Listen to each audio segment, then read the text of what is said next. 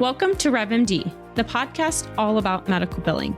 I'm your host, Dr. Heather Signorelli.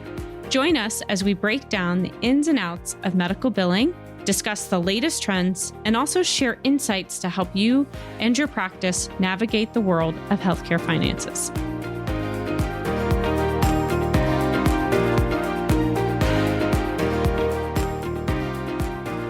Welcome back to another week of the RevMD podcast. This week, I am going to talk about a question that I was asked to specifically go over some of the CPTs regarding interprofessional consultations. So these are the CPT codes 99446 through 99449. These are great CPTs for subspecialists or any consultant who's really not spending that time directly in contact with the patient at that time of service. And there were some changes that came into effect for these codes in January of 2023. So we're going to talk a little bit about all of that.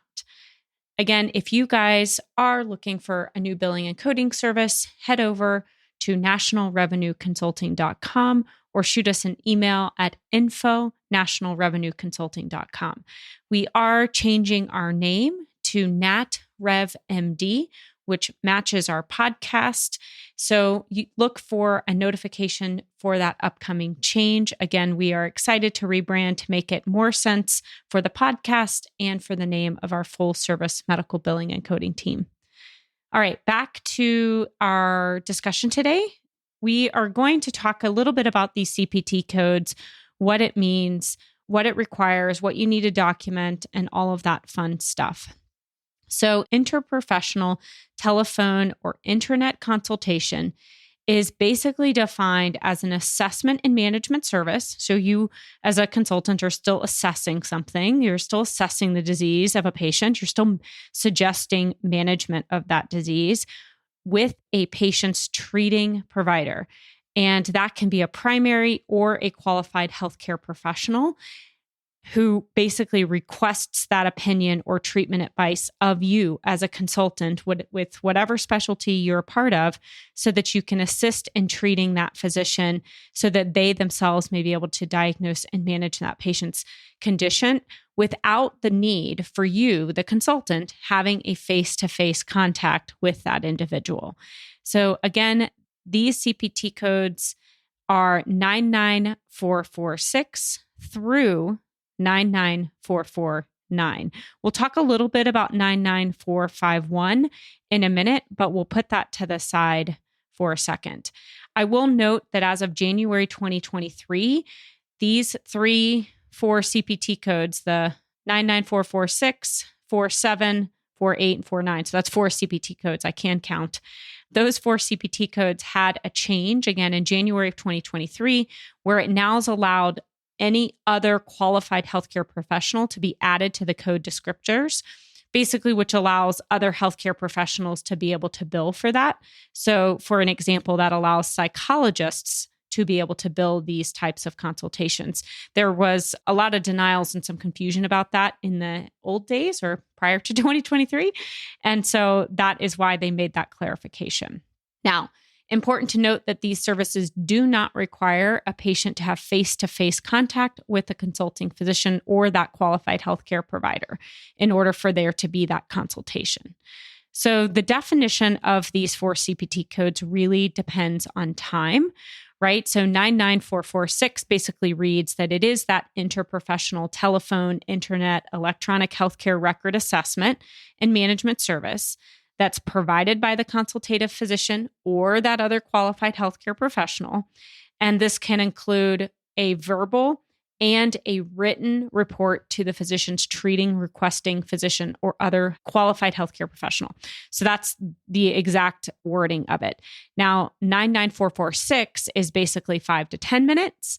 99447 is 11 to 20. 99448 is 21 to 30 minutes, and 99449 is the longest at 31 minutes or more of medical consultative discussion and review. So important to recognize, we got 4 CPT codes for the use of a consultation. Again, you don't need to see the patient in person. You are providing a verbal and a written report to that patient's treating or requesting physician or that other qualified healthcare professional. And then you've got those 4 different time points that you can, decide between depending on how much time you spent. Now, it is important that documentation for these CPTs should support that more than 50% of the time of that consultation was spent in actually medically discussing the patient itself. So that can be through a telephone or through some sort of electronic communication. Now, some important tips to remember for these CPT codes: they can only be used by the consulting physician if the consulting physician and the referring provider are different provider types, meaning both of you can't be neurologists or, a single specialty type. And in addition, these CPTs may not be used by the consulting physician if that physician had a face-to-face encounter with the patient in the last 14 days, or if that consultation leads to a face-to-face service in the next 14 days. Basically, you can't double dip, right? So if you're the consulting physician, right? So you're nephrologist, neurologist, whatever, some subspecialist, and say you're talking to the primary care physician. If it's then decided that you do actually need to see the patient to manage them, then you're not going to be able to bill these consultation CPTs if that time was within the last 14 days. Now, it's also important to note that these CPTs may not be used by the consulting physician if that consultation leads to the transfer of care from the referring provider to that consulting physician. So again, we're just trying to say you can't double dip, right?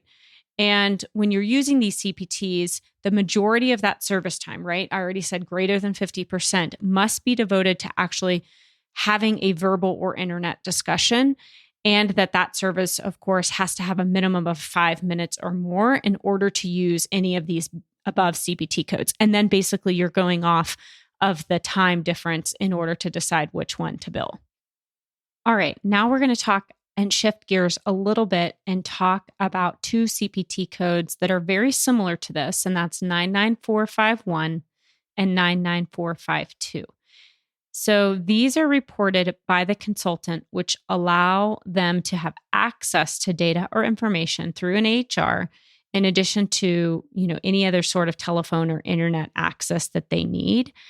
And the difference here is that these codes do not require that same level of verbal discussion that the prior codes I discussed do. Remember that 50% or more requires verbal time spent between the consultative and treating physician.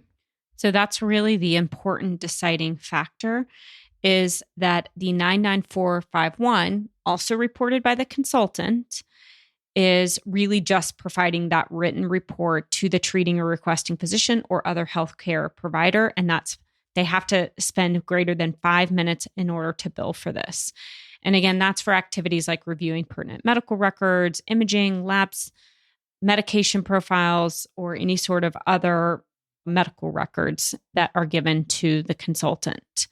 Now, the 99452 is what is actually billed by the treating or requesting physician. And they have to spend greater than 16 minutes. And that could be anything from preparing for the consult and or the actual time communicating with the consultant themselves. Now, as the treating physician, you are obviously seeing this patient in person as well. So it's important that there are some nuances on when you can use this 99452, again, as that treating requesting physician. So it's going to be something where you're going to be spending somewhere between 16 and 30 minutes preparing for the referral or communicating with the consultant. Now, it can also include gathering documents and patient information, getting those to the consultant, drafting and sending, whatever else that they need in order to assess this patient.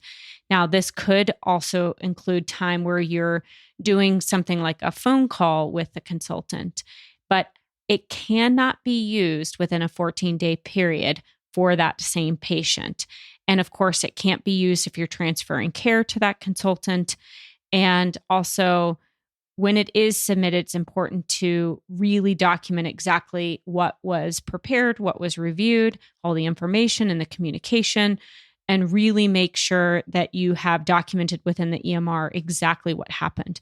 Also important to know that you cannot submit this the same day as an in-person evaluation and management of, the patient that you're seeing. So that's where, the importance of these codes can be differentiated. So again, we've got the 99446 through the 99449. So again, those are the codes used by the consultant. They're for non-face-to-face visits.